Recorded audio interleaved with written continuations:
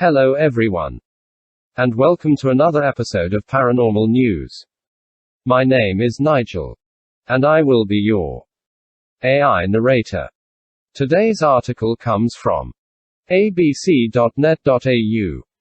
The headline is, Dragon-like pterosaur found in Outback, Queensland. Identified and named. It was written by Larissa Waterson. It was published August 9, 2021. Savage. With giant jowls set in a spear-like skull. Australia's largest dragon, dating back 100 million years, has been identified by researchers in northwest Queensland. Key points. Australia's largest pterosaur has been identified, with a wingspan of around 7 meters. The prehistoric predator is the largest found in Australia. The discovery contributes greatly to experts' understanding of Australian pterosaur diversity. A decade after its skeletal remains were discovered on Wonnamurra country near Richmond, paleontologists have confirmed the specimen is the largest pterosaur found in Australia. Called Thapungaka shawi, in honor of the Wonnamurra people, the flying reptile would have soared above the Eromanga Sea that once covered much of outback Queensland. PhD candidate Tim Richards, from the University of Queensland's Dinosaur Lab, likened it to the mythical creature. It's the closest thing we have to a real-life dragon, he said. The new pterosaur would have been a fearsome beast, with a spear-like mouth and a wingspan around 7 meters. Ruler of the sky, Mr. Richards led the team that analyzed a fossil of the creature's jaw. Their analysis found the large bony crest on Thapungaka shawi's lower jaw to be the third largest in the world. It was essentially just a skull with a long neck, bolted on a pair of long wings, he said. This thing would have been quite savage. It would have cast a great shadow over some quivering little dinosaur that wouldn't have heard it until it was too late. Mr. Richards said the skull alone was just over 1 meter long, containing about 40 teeth, perfectly suited to grasping the many fish known to inhabit Queensland's no longer existent inland sea.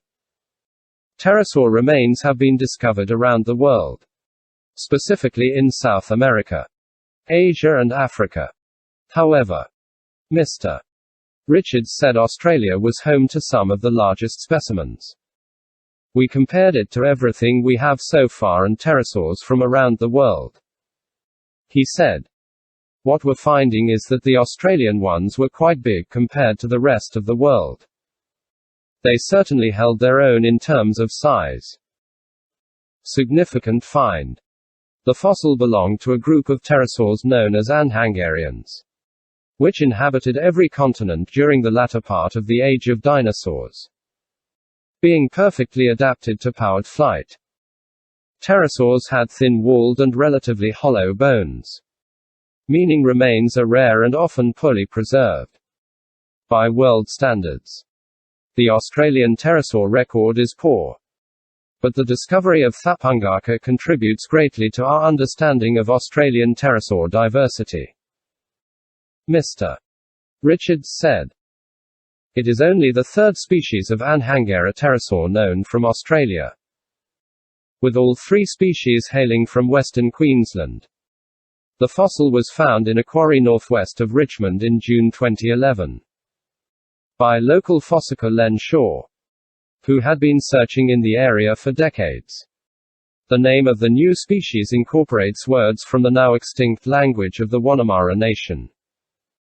Thapungaka is a merging of Thapan and Ngaka, the Wonnamurra words for spear and mouth, while the species name shawi honors the fossil's discoverer, Len Shaw. And that is the end of the article. This article seems to back up James' theory that dragons were dinosaurs. He did an interesting episode of Staring into the Abyss, about dinosaurs and humans coexisting on Earth. If you have not listened to that show, it is on the YouTube channel. Let me know what you think down in the comments section. Until we speak to you again. Love many, trust few, and do harm to none.